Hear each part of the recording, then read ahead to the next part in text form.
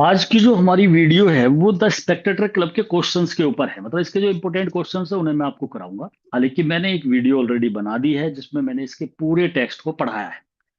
85% text को पढ़ाया है, इंपॉर्टेंट इंपॉर्टेंट सारा पढ़ा दिया। अगर आप लाइन टू लाइन एक बार टेक्स्ट पढ़ लोगे तो आपको क्वेश्चंस तो उसी में से ही निकल के आ जाएंगे। फिर भी यह है कि चलो एक बार क्वेश्चन कर लेंगे तो सारी चीजें खत्म ही हो जाती है। तो आज इसके जो इंपॉर्टेंट क्वेश्चंस है वो मैं कराऊंगा। जब हम रिचार्ड स्टील की बात करते हैं, ये 18 सेंचुरी का तो है ही। और 18 सेंचुरी में मतलब जो एस्से जो लिखे जाते थे वहां पे कहीं ना कहीं एडिसन और स्टील का जिक्र आता है। तो एडिसन और स्टील जो है, इन दोनों ने एस्से लिखे अपने, इन्होंने पीरियडिकल एस्से स्टार्ट करे थे स्टील ने। तो वो नाम पहला इसका आता है। एस्से बहुत ज्यादा लिखे जाने लगे थे, इससे पहले फ्रांसिस बेकन रहे हैं रेनेसांस एज में, विलियम शेक्सपियर वाले टाइम पे, तो उन्होंने काफी एस्से लिखे। लेकिन एडिसन स्टील ने जनता को, जो पब्लिक थी ना इंग्लैंड की, उन्हें सब तक, सबके पास मतलब ये चीजें पहुंचाई कि बताया उन्हें कि समाज में क्या चल रहा है। वो चीजें इनके ऐसे से ही उजागर हुई। बड़े फेमस इनके ऐसे रहे थे, बहुत ज्यादा पढ़े जाते थे। और उसका इन्होंने बड़ा फायदा भी उठाया, पब्लिक को जागरूक कराया, मतलब ये सब चीजें थी। तो द स्पेक्टेटर क्लब, एक स्पेक्टेटर होता है द स्पेक्टेटर, और एक होता है द स्पेक्टेटर क्लब। ये तो है ऐसे का नाम। द स्पेक्टेटर जो था वो पूरी एक सीरीज है जिसमें ऐसे डाले जाते थे, जिसमें एडिसन भी डालता था और स्टील भी डालता था। द स्पेक्टेटर क्लब जो है, इस द सेकंड ऐसे है कावर्ली पेपर्स का। अब कावर्ली पेपर्स क्या थे? ये सर रोजर डी कावर्ली के नाम से कावर्ली पेपर्स बने थे। तो उसमें सर रोजर डी कावर्ली का जिक्र होता था। तो ये कावर्ली पेपर्स में फर्स्ट छोड़ के सेकंड है ये नंबर का ऐसे, जो सर रोजर डी कावर्ली से भी जुड़ा हुआ है। उसमें सर रोजर एट चर्च भी है, सर रोजर एट होम भी है। मतलब सर रोजर के ऊपर ही बहुत सारे ऐसे थे। उसे कवर्ली पेपर्स बोला गया था। उसमें सेकंड नंबर का ऐसे था द स्पेक्टेटर क्लब, जिसमें 6 व्यक्तियों के बारे में बात है, 6 पर्सन की। उसमें से पहला व्यक्ति जो है वो वही सर रोजर डी कावर्ली है। इस ऐसे में steel gives an account of 6 members की बात करता है। स्पेक्टेटर क्लब के 6 मेंबर का जिक्र करा है। These characters broadly represent the society. ये कैरेक्टर समाज को रिप्रेजेंट करते हैं। 6 अलग अलग तरीके के व्यक्ति है, अलग अलग क्लासेस के व्यक्ति है, उनके बारे में बताया है। तो दिखाने की कोशिश करिए कि भाई वहां के जो सोल्जर है उनका क्या कहना है, जो बिजनेसमैन है उनका क्या सोच है, और जो स्टूडेंट है, अगर लो कोई कर रहा है तो वो किस तरीके के व्यक्ति हो सकते हैं। तो वो सब चीजें दिखाई है यहाँ पर रिचार्ड स्टील ने। इजीली आपके समझ में आएगा अगर आप इससे पहली वाली वीडियो टेक्स्ट अगर पढ़ लोगे तो सारा क्लियर ही हो जाएगा। वही सब चीजें हैं, इसलिए थोड़ा सा जल्दी जल्दी कराऊंगा। इस ऐसे के अंदर, ये ऐसे जो है ना, प्रेजेंटेशन है स्टील के आर्ट ऑफ कैरेक्टराइजेशन का। स्टील ने अपनी कला दिखाई है कैरेक्टर लिखने की इस ऐसे के अंदर। The most important members of the Spectator club are described in this essay. Spectator club में बहुत सारे मेंबर्स थे, उनमें से 6 को इसमें डेस्क्राइब कराया। तो ये इंपोर्टेंट है सारे के सारे मेंबर्स जो है। सर रॉजर डी कवर्ली पहला मेंबर था स्पेक्टेटर क्लब का। ही इज लैंडलॉर्ड है वो। और वोरचेस्टायर, मतलब ये जगह का नाम है यहाँ का, वो जमींदार था। उसने किराएदार भी रखे हुए थे, नौकर चाकर भी थे उसके। सबसे अच्छा व्यवहार रखता था। सर रॉजर डी कावर्ली एक फिस्टिशियस कैरेक्टर है, मतलब काल्पनिक है, फिक्शनल है। तो ये काल्पनिक कैरेक्टर है। Who was created by, steel ने क्रिएट करा। अच्छा, इस नाम को स्टील ने दिया, लेकिन इस नाम में रंग भरे हैं एडिसन ने। मतलब एडिसन ने सर रोजर के ऊपर बहुत सारे ऐसे लिखे हैं, और ये एक काल्पनिक नाम मिल गया इन्हें। तो इसके ऊपर ये सब डालते थे कि किस तरीके के व्यक्ति होते हैं, जमींदार ऐसे होते हैं, वो सब डाल के इसके करेक्टर को बहुत वाइड बना दिया। ये भी क्वेश्चन पूछ लेते हैं, रियल कैरेक्टर है या फिक्शनल है। The outline of his figure, अगर इसकी फिगर जो बनाई है वो ट्रेस आउट करी थी स्टील ने, लेकिन इस आउटलाइन में जो रंग भरा है वो एडिसन ने भरा है बड़े स्किलफुल तरीके से। He belongs to a very ancient family. ये जो सरोजडी कावल्डी को दिखाया गया है ना, वो प्राचीन परिवार से किसी से है। Well known for his various qualities, अलग अलग क्वालिटी थी उससे जाना जाता है। और ये कहा गया है कि ही इज विम्सिकल, बड़ा सनकी था अपने व्यवहार में, मतलब सनक थी इसे हर चीज को, कि ऐसे नहीं ऐसे। He behaves in singular manner, विचित्र तरीके से काम करता था, लेकिन उसके जो शब्द थे ना वो उसके हर्ट से निकलते थे, और वो भी अच्छी सेंस से। मतलब चाहे वो थोड़ा सा अलग हटके भी करे, लेकिन अच्छा, उसका मन अच्छा था, उसका व्यवहार अच्छा रहता था, इसलिए व्यक्ति उसे लव करते थे। इज्जत कम करते थे 56 साल का होने के बाद भी, लेकिन लव ज्यादा करते थे। ही डज नॉट हैव जीलियसी, किसी से ईर्ष्या नहीं रखता था। ही लव्स ह्यूमन बीइंग, से तो बड़ा लगाव था उसका। And loved by others in the return, और वापसी में सब उससे लव करते थे। He commands all persons of his village for going to church. सबसे कहता था भाई चर्च जाया करो। So their devotion in religion, अपना भी सो और अपना डिवोशन दिखाया करो, भक्ति, चर्च में जाने के लिए रिलीजियस था ये भी, कहता था भाई चर्च में जाया करो, अपनी भक्ति करे करो। ही हेल्प ऑल कंट्रीमैन, सबकी सहायता करता था उनकी जरूरत में। एवरीवन रेस्पेक्ट करते थे, लव करते थे दिल से उससे। वेरी काइंड, बहुत दयालु था अपने टेनेंट्स के प्रति, जो उसके किराएदार थे उन पे दया दृष्टि दिखाता था। उसकी सहायता से उसके किराएदार अमीर भी हो गए थे। There is one thing in his behaviour, उसके व्यवहार में एक बात थी कि उसे लव ज्यादा किया जाता था सम्मान से। 56 साल का था लेकिन लव क्यों? क्योंकि वो बच्चों में बड़ों में सब में बड़े फ्रेंडली नेचर वाला था। तो इसलिए आदमी उससे ऐसा नहीं सम्मान करते थे, डरते थे, ऐसा कुछ नहीं था, उसे लव ज्यादा करते थे। और he is a bachelor of 56, 56 साल का कुआरा था। ही फॉल इन लव, एक बार उसे लव हो गया, fail in love with A stupid window के साथ हो गया था जिसने इसके लव को रिजेक्ट कर दिया। उस रिजेक्शन ने चेंज कर दिया था इसकी जिंदगी का तौर तरीका। ही बिकेम वेरी डिसअपॉइंटेड, निराश हो गया, केयरलेस हो गया, अपनी जिंदगी पे ध्यान ही नहीं दिया फिर उसने। He did not dress properly since then, तब से उसने ढंग से कपड़े भी नहीं पहने, उसी फैशन के कपड़े को चलाता रहा। बीइंग ए जॉली फेलो, क्योंकि वो बड़े खुश दिल मिजाज था ना, तो वो जल्दी से ही इस दुख पे 1.5 साल में उसने काबू पा लिया था। His all servants are also satisfied, नौकर भी सब संतुष्ट थे उससे, उसके व्यवहार से। बहुत ही रिलीजियस माइंडेड था और गुड चर्चमैन था। सेकंड मेंबर जो था स्पेक्टेटर क्लब का, वो एक लो स्टूडेंट है, वो वकालत करने के लिए आया था। मेंबर है इनर टेम्पल का, मेंबर है इनर टेम्पल। वो जगह है, वो स्कूल कॉलेज कह दो जो इसमें लॉ की पढ़ाई कराई जाती है, इसलिए उसे टेम्पलर भी बोल देते थे, टेम्पल में जाने वाला है। उसके पिता ने उसे भेजा था कि भाई पढ़ाई कर लेना लॉ की, लेकिन वो ज्यादा इंटरेस्ट रखता था स्टडी में, लिटरेचर और ड्रामा में, इनमें करता था, एरिस्टोटल जैसे व्यक्ति को पढ़ता था। He is representation of youth person. अब यहाँ पर जो टेम्पलर का कैरेक्टर या लो स्टूडेंट का कैरेक्टर है ना, वो रिप्रेजेंट करता है उस समय के यूथ लड़कों के लिए। वो हैव देयर डिजायर, जो अपनी इच्छा मानते थे जिंदगी में और माता पिता की इच्छा को नेग्लेक्ट कर देते थे, वो ऐसा कैरेक्टर दिखाया है।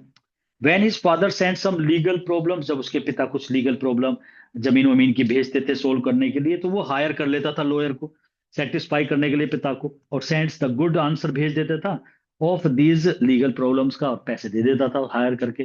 तो ऐसे उस काम को भी निपटा रहा था कैसे न कैसे। He takes interest to read the books of ancient writer, की किताबें पढ़ा करता था। एक्सलेंट क्रिटिक भी था वो, मतलब वो आलोचक था। He is very habitual of watching the drama, ड्रामो को पढ़ा देखा करता था। ही गोज टू थिएटर में जाता था डेली 5 बजे के करीब। ही मे बी सीन, वो देखा जाता था गलियों में, where the theatres are located in the fix time, fix time पे जहां थिएटर होते थे उन्हीं गलियों में वो देखा जाता था।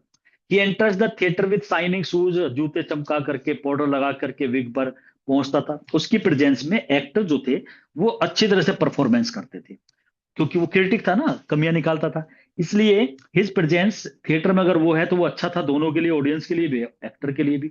एक्टर अच्छा करता था, अच्छा होता था, तो ऑडियंस को अच्छा देखने को मिलता था। थर्ड मेंबर जो था स्पेक्टेटर क्लब का, वो सर एंड्रयू फ्रीपोर्ट है। सर एंड्रयू फ्रीपोर्ट ये बिजनेसमैन है, वो चाहता था कि पोर्ट फ्री हो जाए, समुद्र कॉमन हो जाए। Who is a merchant and successful था, पॉपुलर पर्सन है इंग्लैंड सोसाइटी का 17th सेंचुरी का। ही इज वेरी डिलीजेंट फेलो, वो बहुत ज्यादा परिश्रमी था। हु हैज स्ट्रॉन्ग रीजन, उसकी रीजनिंग पावर अच्छी थी, उसका एक्सपीरियंस अच्छा था। बहुत ही अमीर व्यक्ति था, उसने अपना व्यापार फैला रखा था बहुत सारे कंट्रीज में वर्ल्ड की। उस अकॉर्डिंग टू हिज नेम, उसके नाम के अनुसार ही उसका इरादा जो था ना, intention, is also make the port free. वो पोर्ट को फ्री करना चाह रहा था फ्रॉम ऑल ब्रिटिश पर्सन से, मतलब वो पोर्ट किसी एक का ना हो, मतलब सबके लिए फ्री हो जाए। ही कॉल्स द सी, समुद्र को वो ब्रिटिश कॉमन कहता है कि भाई ये समुद्र जो है ना, ये ब्रिटिश वालों के लिए कॉमन हो जाए, मतलब यहाँ पर किसी का अधिकार ना हो। He is well known, commerce को अच्छी तरह से जानता था। वो सोचता है कि weapons are not good source, कि शस्त्र जो है वो माध्यम नहीं है अपनी कंट्री की पावर को स्प्रेड करने के लिए, वो शस्त्रों से नहीं होगी। बल्कि वो कहता है bye growing the trade in our country, अगर हम कंट्री का ट्रेड ग्रो कर देना, व्यापार बढ़ा दे, तो we can get the gain from an other country, तो हमें प्राप्ति होगी और ऐसे देश बढ़ेगा।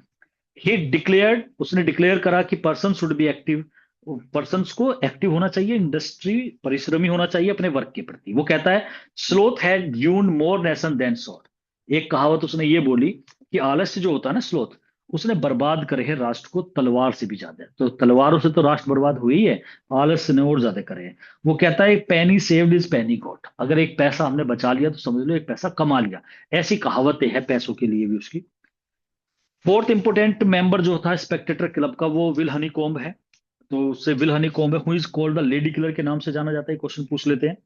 मीनिंग जो है उसके नाम का वो सजेस्ट करता है कि वो बहुत ज्यादा स्वीट है टॉकिंग में। विल हनीकॉम्ब मतलब हनी है, उसकी बातें, मिठाई है, मिठास है। वो that he was very sweet है टॉकिंग में टू एनीवन, किसी से भी बात करने में। ही इज वेल ब्रेड, वो बहुत अच्छे वंश का है। And has a fine sense of dressing, कपड़े पहनने का तरीका, इलिगेंट मैनर, बहुत अच्छे तौर तरीके हैं उसके।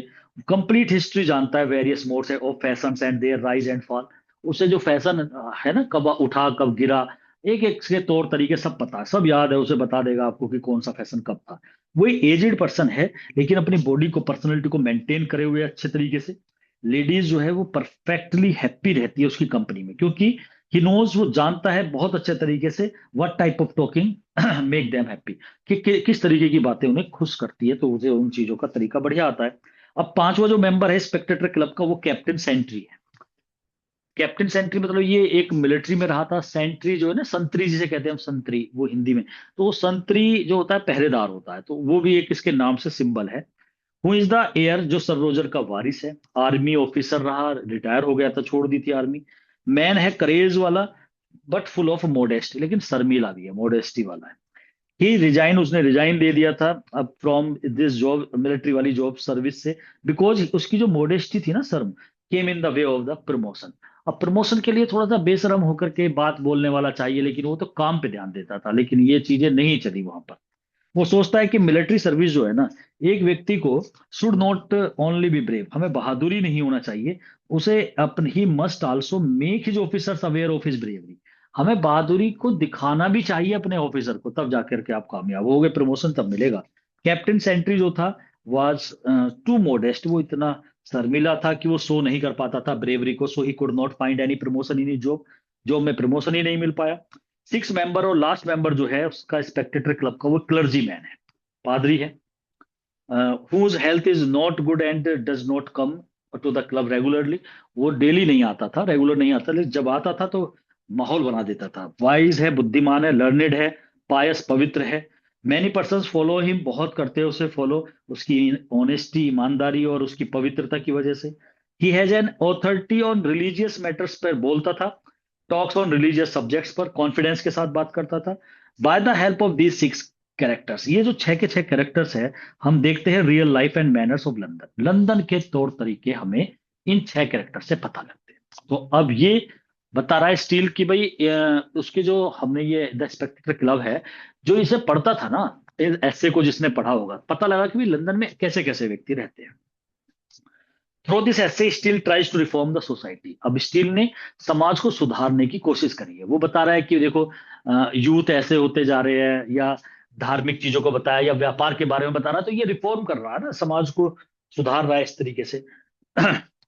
It is the representation of London society को ये ऐसे रिप्रेजेंट कर रहा है एक तरीके से। ये ऐसे भरा हुआ है जेंटल ह्यूमर, इसमें हंसी भी है, सटायर भी है, हल्के हल्के से आयरनी भी है, और which makes it pleasant reading, जिससे ये पढ़ने में और इंटरेस्टिंग हो जाता है। स्पेक्टेटर क्लब जो है ये प्रेजेंट करता है सोसाइटी को थ्रू टाइप्स ऑफ मैन, इन अलग अलग तरीके के व्यक्ति के द्वारा, रेदर देन इंडिविजुअल हीरोज। कोई इंडिविजुअल हीरो दे देते, एक एक हीरो होता है, ऐसे कहानी, ऐसी कहानी नहीं थी। अलग अलग तरीके के व्यक्ति, अलग अलग क्लासेस से जुड़े हुए, अलग अलग प्रोफेशन से जुड़े हुए, तो वो समाज को रिप्रेजेंट कर रहे हैं। प्रत्येक मेंबर जो है क्लब का रिप्रेजेंट करता है एक डिस्टिंक्ट, अलग, विशिष्ट सोशल क्लास या प्रोफेशन।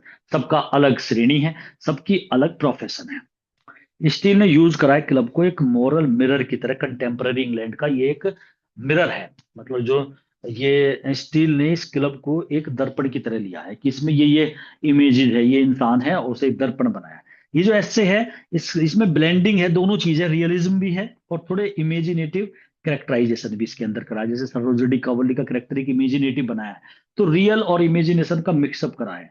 क्लब मेंबर्स जो थे ना, एक साथ from a balanced social harmony, जो क्लब मेंबर्स है वो एक बैलेंस सोशल हार्मोनी को बैलेंस करते हैं, मतलब सामाजिक लय जो है वो, ताना बाना, इसमें स्पेक्टेटर जो क्लब के मेंबर्स है ना, ऐसे एक अच्छा एक बुरा सब चीज है।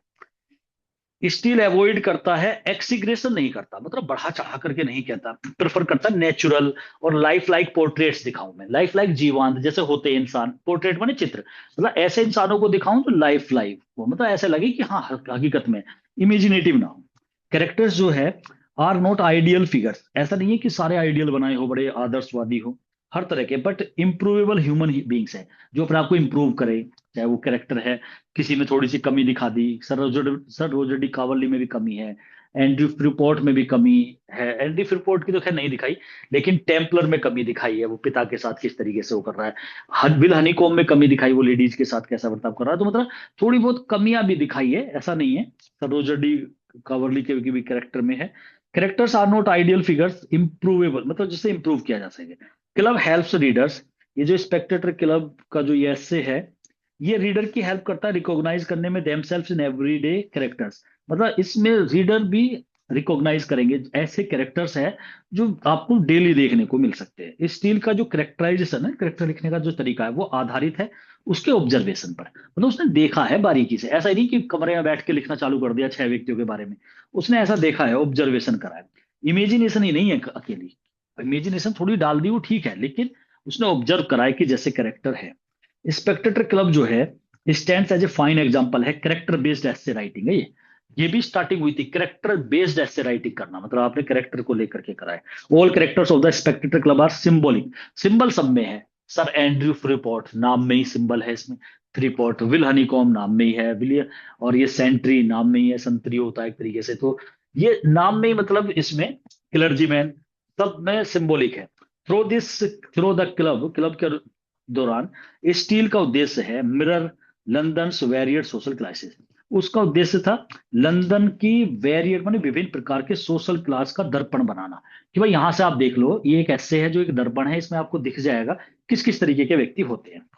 Gentry, commerce, law, military, fashion and religion, तो ऐसे सोशल क्लासेस दिखाई है। जेंट्री होते हैं कॉमन पर्सन, कॉमर्स व्यापारिक, लॉ वाले, मिलिट्री वाले, फैशन वाले, रिलीजन वाले, सब तरीके के व्यक्ति उन्होंने दिखाए, तो एक तरीके से ये ऐसे एक मिरर की तरह हो गया ना, तो इसमें दिखाया गया है कि ये ऐसे एक मिरर है, और जहां पर आपको इजीली हर तरीके के व्यक्ति देखने को मिलेंगे, तो इस तरीके से सर रोजर डी कावर्ली का कैरेक्टर, कैप्टन सेंट्री का, ये सब स्टील ने दिखाए हैं। तो ये था इसका मतलब, इसके क्वेश्चंस थे।